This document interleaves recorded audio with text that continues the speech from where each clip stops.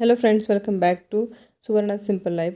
पिछला vlog Sameep ice cream लेकर आया था, लगभग वहीं पर ख़त्म किया था। फ्रेंड्स, इस व्लॉग में मैं आपके साथ शेयर करने वाली हूँ कि मेरी बहन अपने लंबे बालों को बरकरार रखने के लिए क्या फॉर्मूले का इस्तेमाल करती है, तो बने रहेगा अंत तक। तो फ्रेंड्स, ये जो सुबह है ये है 5 मई की सुबह, मतलब मेरे एनिवर्सरी के दूसरे दिन सुबह। यहाँ चाय पी रहे दोनों बहनें और गपशप हो रही है बालों को लेकर ही, क्योंकि देखो उसके बाल कितने लंबे घने और काले हैं। मेरे बाल भी लंबे हैं लेकिन इतने नहीं हैं उसके जैसे, और पतले भी हैं, मतलब थिन है मेरे बाल, लेकिन उसके बहुत ही घने हैं। बचपन से उसके बाल अच्छे हैं। पिछली बार जब हम मिले थे तो उसको बहुत ही ज़्यादा हेवी हेयर फॉल हो रहा था, तो मैं उससे वही पूछ रही थी कि तूने ये कैसे रोका। वैसे उसने मुझे फ़ोन पर बताया था, लेकिन फ़ोन पर और जब हम लाइव देखते हैं तब पता चलता है कि क्या फ़ॉर्मूला है ऐसे। तो वो फार्मूला मैं आपको बताऊंगी। उससे पहले मैं बना रही हूँ यहाँ पर उपमा नाश्ते के लिए। 5 मई की सुबह है, हमें निकलना है दिल्ली के लिए। ट्रेन वैसे 5 बजे की है, लेकिन हमें जलगांव तक जाना है, और जलगांव जाने के लिए हमें घर से 10 बजे निकलना है। ये मिर्ची कटर है उसके पास, क्योंकि वो हाथों से कभी मिर्ची काटते नहीं है, उसके हाथों में जलन होती है, इसलिए उसने मिर्ची कटर मंगाया है। जब भी हम दोनों बहनें साथ में होती है तो बहुत सारी गपशप होती है, और गपशप के साथ ही हमारा सारा काम चलता रहता है। और ये सारे फॉर्मूले हम एक दूसरे के साथ शेयर करते रहते हैं, जो स्किन केयर हो, ब्यूटी टिप्स हो। कल मैंने उसका बीटरूट का फेशियल किया था, और आज वो मुझे अपने बालों को केयर कैसे रखे, बालों की जो खूबसूरती है उसको बरकरार रखने का फॉर्मूला बता रही थी। और वो जो बता रही थी कि वो जो लेती है वो कैसे लिया जाता है, उसे कितनी मात्रा में लिया जाता है, वो लेने के बाद फिर बाद में दिन भर कौन सी हमें एहतियात बरतनी है, ये सारी सारी बातें वो मुझसे करती जा रही थी। ऐसे ही हम दोनों बहनों की गपशप चलती रहती है, काम चलता रहता है। हाँ, तो फ्रेंड्स, रेस्टोरेंट जैसा बिल्कुल फूला फूला उपमा बनाने के लिए सबसे पहले सूजी को मैंने अच्छे से रोस्ट कर लिया।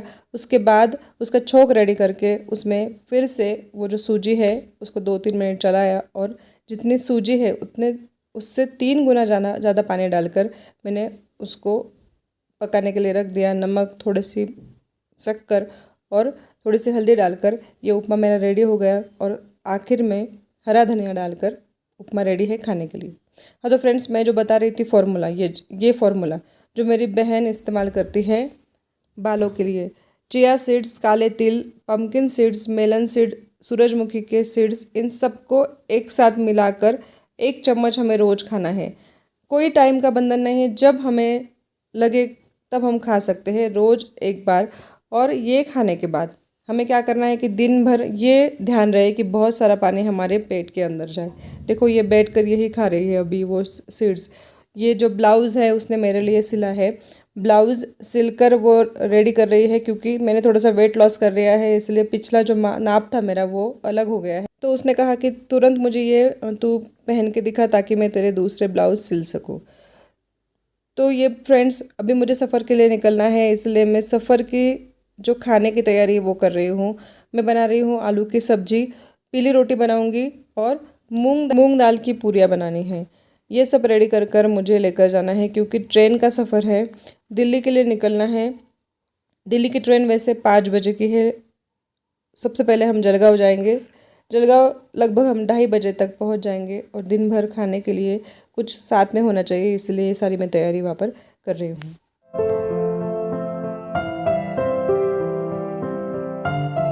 हेलो जी, यहाँ पर देखो रात का केक खाया जा रहा है एनिवर्सरी का। तो सफ़र के लिए ये जो पूरियाँ बन रही है, मैंने सिर्फ पीली रोटी और सब्जी बनाई, और मैं नहाने के लिए चली गई। जब तक मैं तैयार हुई तब तक इन दोनों ने ये पूरियाँ बना के रखी। वैसे आटा वगैरह मैंने लगा के रखा था, मेरी बहन ने इसको बेला, हस्बैंड ने मदद की उसको तलने के लिए, और सारा बैग वगैरह पैक करके अब हम निकल रहे हैं। ये जो पूरियाँ है अभी गर्म है, इसलिए इनको थोड़ा ठंडा करके पैक करेंगे, और अब निकल रहे हैं अभी सफ़र के लिए। चलो बाय बाय। समीप का क्यूट सा बाय बाय लेकर हम निकले, क्योंकि हमें फिर से ये सारी जो बैग्स है हमारी नीचे तक लेकर जानी है। वैसे ये जो नटखट है ये नीचे तक छोड़ने आया था हमें, और हम अब ये सब जद्दोजहद है सारी बैग्स नीचे ले जाने की। एनिवर्सरी के लिए जो हेयर स्टाइल की थी उसमें कर्ल्स किए थे बालों के, इसलिए मुझे बालों को धोना पड़ा, क्योंकि बालों में स्प्रे लगा होता है जिससे बाल डैमेज हो सकते हैं।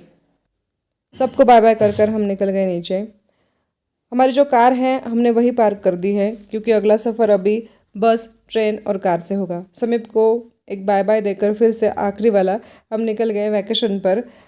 फ्रेंड्स, अब मैं जहाँ जहाँ जाऊँगी वहाँ मैं आपके साथ सारी जो मेरी ट्रिप है वो शेयर करती जाऊँगी। जलगांव के लिए बस ली है हमने, क्योंकि जलगांव से ही ट्रेन है और ट्रेन से हमें जाना है सबसे पहले दिल्ली। सुबह सुबह 10 बजे निकले। वैसे थोड़ा सा नाश्ता वगैरह कर लिया था हमने, लेकिन 2:30 बजने वाले थे जलगांव जाते जाते, इसलिए जो मैंने बना कर रही थी सब्जी रोटी, पीली रोटी, वो हम यहाँ पर खा रहे हैं बस में ही। जलगांव रेलवे स्टेशन पर हमारे फ्रेंड्स ने भी हमें ज्वाइन किया, क्योंकि अभी पूरा जो वैकेशन है हम सभी साथ में हैं, 6 लोग। हम दोनों, ये दोनों और उनके दोनों बच्चे, हम साथ में ये वैकेशन एंजॉय करने वाले हैं। सारा जो ट्रिप है वो पहले से ही तय था, 3 महीने पहले सारी बुकिंग हो चुकी थी। तो लो जी, हमारी आ गई ट्रेन दिल्ली जाने के लिए। ट्रेन वैसे 5 बजे की थी, लेकिन हम पहले ही पहुंच गए थे 2:30 बजे, और वहाँ पर गपशप करके हमने पूरा अपना समय बिताया। ट्रेन का सफ़र मुझे बहुत अच्छा लगता है। ट्रेन में बैठकर खिड़की के बाहर देखकर भागते हुए पेड़ देखना मुझे बड़ा अच्छा लगता है। ट्रेन का सफ़र तो वैसा बोरिंग भी नहीं होता, अगर सीट कंफर्म हो तो फिर कोई दिक्कत नहीं। तो फ्रेंड्स, हमारे शादी की 25वीं सालगिरह की खुशी मनाने के लिए हमने ये वैकेशन प्लान किया है। हम अपने दोस्तों के साथ ये वैकेशन एंजॉय कर रहे हैं। रात हमने साथ खाना खाया, वो मूंग की जो मैंने पुड़िया बनाई थी वो उनके साथ खाई, और फिर हम लौट गए अपनी सीट पर। ये अगली सुबह 6 मई की, 6 मई को हम 9 बजे तक ट्रेन में ही थे। ट्रेन में ही नाश्ता हमने मंगा लिया और वहीं पर हमने नाश्ता एंजॉय किया, खाया, ट्रेन का सफ़र एंजॉय करते करते। और जो हम साथ लेकर आए थे, थोड़े चने और थोड़े कुरमुरे लेकर आए थे, वो भी हमने नाश्ते में खाए, क्योंकि ट्रेन से उतरने के बाद और होटल पहुंचने तक तो बहुत देर हो जाती, इसलिए हमने जो हमारा ब्रेकफास्ट है वो ट्रेन में ही कर लिया। और ये देखो जी, दिल्ली आ गई। दिल्ली में बड़ी बड़ी ऐसी बिल्डिंग है, जैसे दूर से देखने पर मानो ऐसा लग रहा हो जैसे कि माचिस की डब्बियाँ हो जो एक के ऊपर एक रखी हो। बहुत बड़ी बड़ी बिल्डिंग्स को देखते देखते दिल्ली का स्टेशन आ गया, और वहाँ पर स्टेशन पर हमें दिखाई दी ये भारत गौरव ट्रेन। ये जो ट्रेन है ये भारतीय धार्मिक स्थलों का पर्यटन कराती है, और ये हमारे देश का गौरव है, इसलिए इसको भारतीय गौरव नाम दिया गया है। और स्टेशन पर उतरकर हम अपने होटल पे पहुँच गए। वो थी स्टे बुक एटलांटा। बहुत ही अच्छी से ऐसे होटल थी, लेकिन हम बहुत जल्दी पहुंच गए थे, इसलिए चेक इन नहीं मिल रही थी। तो वहीं पर बैठकर हमने सोचा कि चेकिंग की राह देखी, क्योंकि वो कह रहे थे कि 12 बजे ही चेकिंग मिलेगी, और हम पहुंच गए थे वहाँ पर 10 बजे। तो 2 घंटे का टाइम पास करना था, इसलिए हम बातें कर रहे थे, यहाँ पर सेल्फी निकाल रहे थे, क्योंकि वो जो होटल का जो इंटीरियर था वो बहुत ही सुंदर था। बहुत ही सुंदर से ऐसे मछलियों का टैंक वहाँ पर लगा था।